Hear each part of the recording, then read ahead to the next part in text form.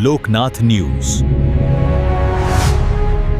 खबर वही जो सच हो को लेकर आपके बीच में आते रहते हैं। चाहे वो खेती किसानी की बात हो, चाहे समाज सेवा की बात हो, या अन्य कोई मामले हो, चाहे उदीयमान प्रतिभाओं से संवाद हो, लगातार कोई ना कोई विषय लेकर हम आपके बीच में आते हैं। और अभी आज हम एक विशेष विषय को लेकर आपके बीच में हैं, और विषय है खेती। चूँकि जैसा कि आप सब जानते हैं कि बारिश का मौसम प्रारंभ होने जा रहा है, खेती किसानी का समय है, और धरती पुत्र किसान किस प्रकार खेती करें, किस प्रकार वह लाभ का धंधा बनाएं खेती को, और क्या क्या जो समस्याएं आती हैं उन समस्याओं का निदान वह कैसे करें, वैज्ञानिकों की क्या सलाह है, इसी विशेष विषय को लेकर आज हम आपके बीच में हैं। आज हमारे बीच में है किसान कल्याण विभाग के प्रमुख डीडीए, जो कि एक जाना माना चेहरा है, अच्छे वक्ता भी हैं, तो अच्छे प्रशासक के रूप में भी पहचाने जाते हैं, JL प्रजापति, जिनसे आज हम इसी विषय को लेकर संवाद करेंगे कि जिस प्रकार का मौसम का संकेत है कि क्या कहीं सूखा तो नहीं पड़ सकता, कहीं ज़्यादा गीला तो नहीं हो सकता, तो किसान किस प्रकार सतर्क होकर कार्य करें, किस प्रकार उनको सलाह दी जाएगी, इसी विशेष विषय को लेकर हम आज प्रजापति जी से कर रहे हैं संवाद। प्रजापति जी, बहुत बहुत स्वागत है आपका। नमस्कार डॉक्टर साहब। प्रजापति जी, आज एक विशेष विषय है, धरती पुत्र किसान, जो दुनिया का पेट भरना का काम करता है। अगर वो काम नहीं करेगा तो पूरा संसार भूखा रह जाएगा। और अब एक समय है, क्योंकि जैसा कि हमारी भारत का की परंपरा है कि खेती का एक अलग समय होता है। बारिश का समय प्रारंभ होने जा रहा है, अभी हल्की फुल्की बारिश हुई है और अब किसान खेती के लिए खेत में है। तो क्या आपकी सलाह है, किस प्रकार उसको आगे बढ़ना चाहिए, वर्तमान समय में क्या संभावनाएं और क्या आशंकाएं हैं? बिल्कुल डॉक्टर साहब, जैसा कि आपने कहा कि जो है हमारा किसान जो है, क्योंकि हमारी जो खेती है वो वर्षा आधारित होती है और मौसम आधारित हमारी खेती है, और हमारा भारत देश और हमारा प्रदेश और हमारा जिला जो है कृषि प्रधान जिला है, और हमारी लगभग 70 से 80% आबादी सीधे कृषि पर आधारित है। तो ये विषय बड़ा महत्वपूर्ण हो जाता है कि किसानों के बीच में कृषि की बात की जाए। और जैसा कि हम पेपर में पढ़ते होंगे, न्यूज़पेपर में, टीवी में भी सुन रहे हैं कि इस बार जो है वर्षा कम होने की संभावना है। तो इसका मुख्य जो कारण है वो ये है कि प्रशांत महासागर में दो घटनाएं घटित होती हैं, एक लानीनो होती है और एक अल्नीनो होती है। जब लानीनो का प्रभाव होता है तो वहां पर जो है बारिश उस समय पे भारत में ज्यादा होती है। अच्छा, लानीनो के प्रभाव में बारिश ज्यादा होती है, और जब अल्नीनो का प्रभाव होता है प्रशांत महासागर में तो भारत में बारिश कम होने की संभावना होती है। तो ये जो इस साल का समय है, इस साल है जो ये अल्नीनो का प्रभाव प्रशांत महासागर में देखा जा रहा है, जिस कारण से हमारे भारत देश में जो है बारिश कम होने की संभावना है। और विशेष रूप से मौसम विभाग द्वारा भी ये चेतावनी जारी की गई है कि मध्य प्रदेश और उत्तर प्रदेश में सूखा पड़ने की संभावना जताई जा रही है।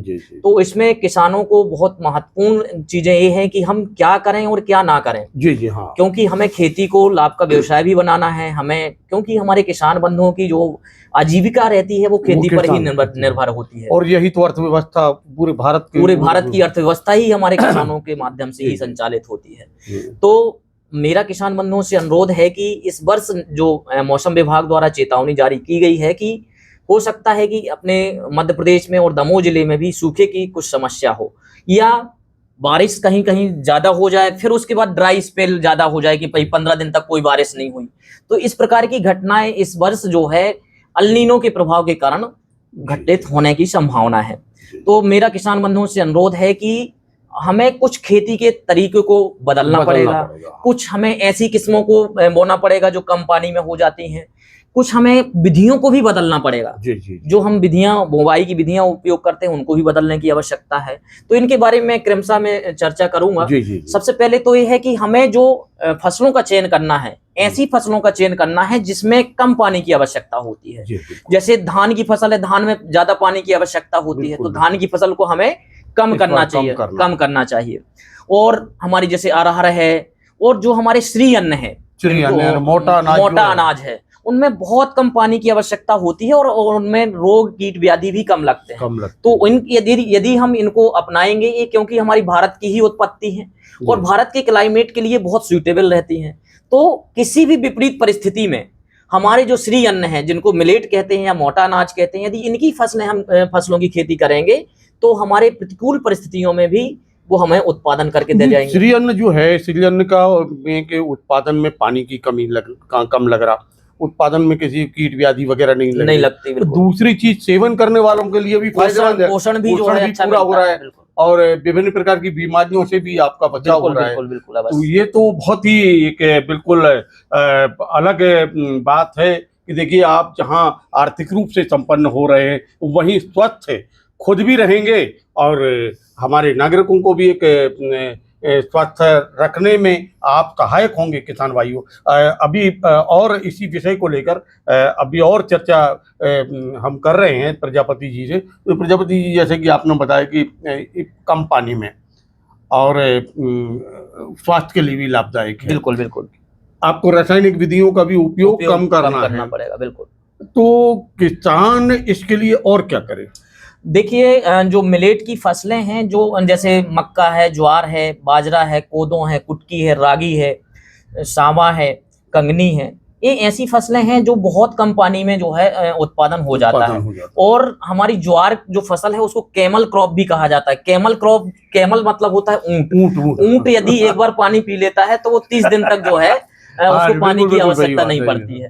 तो यदि हम ऐसी फसलें लगाएंगे, जैसे ज्वार वगैरह है, उसको कैमल क्रॉप कहा गया है कि एक बार यदि पानी गिर गया और उसको मिल गया तो वो कम से कम 30 दिन तक उसको पानी की आवश्यकता नहीं पड़ेगी। ये तो एक अलग संदेश है भाई। देखिए कि ऐसी भी भारत के अंदर फसलें होती हैं जो एक बार पानी मिलने के बाद वो लगभग 1 माह तक उसको पानी की आवश्यकता नहीं पड़ती। ये बहुत अलग बिल्कुल। और जो अन्य फसलें मैंने श्री अन्न की बताई, जैसे कोदो है, कुटकी है, रागी है, जो है बाजरा है, मिलेट, और जो है कंगनी है, सामा है, इनका उत्पादन भी बहुत कम पानी में हो जाता है और आपको खाद उर्वरक की आवश्यकता भी कम पड़ती है, उत्पादन लागत भी कम आती है, और वहीं उत्पादन का जो उत्पाद होता है उसका जो है बिक्री जो रेट है वो बहुत अच्छा है। अभी पहले जो गरीबों का भोजन कहा जाता था मिलेट्स की, भाई कोदो, कुटकी, रागी, ज्वार, बाजरा, जो गरीब लोग खाते हैं, अब ये भोजन अमीरों का हो गया है। अब जो है 5 स्टार होटलों में जाएंगे तो अमीर लोग जो है वो कोदो की, रागी की और अच्छी कीमत मिल रही है। अभी हम जो है जैविक खाद बाजार ही लगाते हैं, उसमें कोदो का जो चावल है वो 100 रुपए किलो बिकता है। बताइए आप, रागी का चावल उससे भी ज्यादा रेट में बिकता है। तो मतलब किसानों को लाभ भी इसमें अच्छा हो सकता है। प्लेटफार्म भी है जो है, कोई दिक्कत नहीं है। और दूसरा तरीका यह है कि जो हम परंपरागत फसलें लगा भी रहे हैं तो उनको हमें पद्धति को थोड़ा परिवर्तन करना पड़ेगा, बोनी की पद्धति को हमें बदलना पड़ेगा। और किस्मों को भी हमें चयन ऐसी किस्मों को करना पड़ेगा जो कम पानी में कम समय में उत्पादित हो जाए। जैसे अरहर की पूसा अरहर 16 किस्म है, तो इसका उत्पादन जो है यदि हम करेंगे तो कम अवधि में जो है कम पानी में इसका उत्पादन हो जाएगा। तो ये जो है लगभग 4 महीने में फसल आ जाती है इसकी। और यदि अपन दूसरी किस्में लगाते हैं तो वो 6 महीने लगते हैं अरहर की। तो इसमें जो है अपन को ऐसी फसलों का चयन करना है और ऐसी किस्मों का चयन करना है जिनमें जो है कम समय में पकाती हैं और कम पानी की आवश्यकता होती है। जैसे यदि कोई किसान बंधु सोयाबीन और या उड़द या मूंग की फसल की बोनी कर रहे हैं तो अभी हम सीडल के माध्यम से बोनी कर देते हैं। और वहीं यदि हम जो है रिच फरो मेथड के माध्यम से पूर्ण एवं नाली पद्धति से यदि हम बोनी करते हैं तो उससे क्या होगा, जैसे बारिश होगी तो यदि ज्यादा बारिश होगी तो वो नाली के माध्यम से बाहर निकल जाएगा पानी। और यदि कम बारिश होगी तो वो नाली में रुका रहेगा पानी और पौधे को जो है वो पानी उपलब्ध होता रहेगा। तो दोनों तरीके से पौधे को जो है फायदा होता है, अपनी फसल को फायदा होता है पूर्ण एवं नाली पद्धति से। इसके सीडल भी जो है आजकल आने लगे हैं। और यदि हमारे पास सीडल नहीं भी है तो एक हम जो है जो हमारे नोटाइंस का यदि सीडल है तो उसमें अल्टरनेट जो टाइम्स हैं उसको उनको एक कर वो करके एक पीछे पंजा लगा करके हम उसका रिच फरो के रूप में कन्वर्ट करके और इसकी बोनी कर सकते हैं। मिला के विकल्प भी अपने पास विकल्प में भी है विकल्प कि भी उसको है। हम देसी तरीके से जुगाड़ करके जो है भी हम रिच फरो सीडल बना सकते हैं। जी, जी, जी। तो इस प्रकार से यदि किसान बंधु बोनी करेंगे तो यदि ज्यादा अधिक वर्षा भी कभी हो गई तो भी उससे जो है आवश्यकता से अधिक पानी बाहर निकल जाएगा, और यदि कम वर्षा भी हुई तो वो जो कुएं में पानी भरा हुआ है या नाली में पानी भरा हुआ है वो हमारी फसल के लिए लाइफ सेविंग का काम करेगा जब तक जो है पानी नहीं गिरेगा। तो इस प्रकार की पद्धतियों का हमें उपयोग करना चाहिए हमारे किसान बंधुओं को, कि हमें विपरीत परिस्थितियों में भी हमारी फसल जो है पैदा हो सके और हम हमारे जो अन्नदाता किसान बंधु हैं वो हमारे देश की भरण पोषण के लिए अनाज उत्पादन कर सके। तो मेरा सभी किसान बंधुओं से यही अनुरोध है कि इस बार जो है थोड़ा सतर्क रहने की आवश्यकता है, और जो थोड़े थोड़े से तरीके हैं जो मैंने बताए हैं उस तरीकों का उपयोग करके आप यदि फसल का चयन करेंगे, फसल की पद्धति का जो है आप जो है बदलेंगे, हाँ। बोनी की पद्धति का, तो किसान बंधु जो है विपरीत परिस्थितियों में भी अपना अच्छा व्यवसाय कर सकते हैं, अपना अच्छा आय प्राप्त कर सकते हैं। विपरीत परिस्थितियों में भी आप बेहतर आय प्राप्त कर सकते हैं। धरती पुत्र किसान बंधुओं, देखिए आप एक पूरे संसार का पेट भरने वाले हैं, और आपको भी इन सब जो हमारी प्राचीन पद्धतियां हैं उन पद्धतियों को अब अपनाने की आवश्यकता हो गई है। क्योंकि अगर मौसम विपरीत होगा तो विपरीत मौसम में भी हमें किस प्रकार की फसलों को उत्पादन करना है, किस प्रकार हमें काम करना है, ये सारी सलाहें लगातार हमारे जो कृषि विभाग के अधिकारी हैं, वैज्ञानिक हैं, वो देते रहते हैं। और हम सबको चाहिए कि इन सब चीज़ों का लाभ लें, क्योंकि ये वर्तमान की आवश्यकता है। बारिश कभी ज़्यादा होती है, कभी कम होती है, और जैसा कि अभी प्रजापति जी ने बताया कि संकेत जो हैं वह यह है कि हो सकता है बारिश कम हो। मध्य प्रदेश भी उन राज्यों में सम्मिलित हो सकता है जिनमें सूखा की भी स्थिति हो सकती है, कहीं ज़्यादा भी बारिश हो सकती है। तो ऐसी परिस्थिति में हमें श्री अन्न की तरफ जाना चाहिए।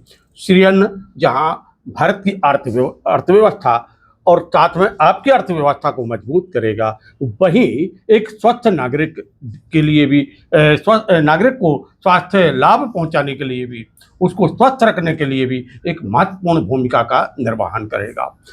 अभी हमने संवाद किया जो हमारे आत्मा और साथ में कृषि विकास विभाग जो है हमारा यहाँ पर उप संचालक हैं जीएल प्रजापति जी, उन्होंने विस्तार से विषय की जानकारी दी है। प्रजापति जी, आपका बहुत बहुत धन्यवाद। आपने किसान भाइयों को बहुत अच्छी जानकारी दी। बहुत बहुत धन्यवाद डॉक्टर साहब। और आपने जो है आने वाले समय में हमको अपन कुछ आमंत्रित नए बिल्कुल, विषयों को बिल्कुल, लेकर बिल्कुल, अवश्य साहब। बिल्कुल निश्चित रूप से चर्चा करेंगे। मित्रों, अब मुझे दीजिए इजाजत। नमस्कार। नमस्कार किसान भाइयों, नमस्कार। बंद करें। मित्रों नमस्कार, आप हमारे इस चैनल को लाइक करें, कमेंट्स करें और सब्सक्राइब करें। लोकनाथ न्यूज, खबर वही जो सच हो।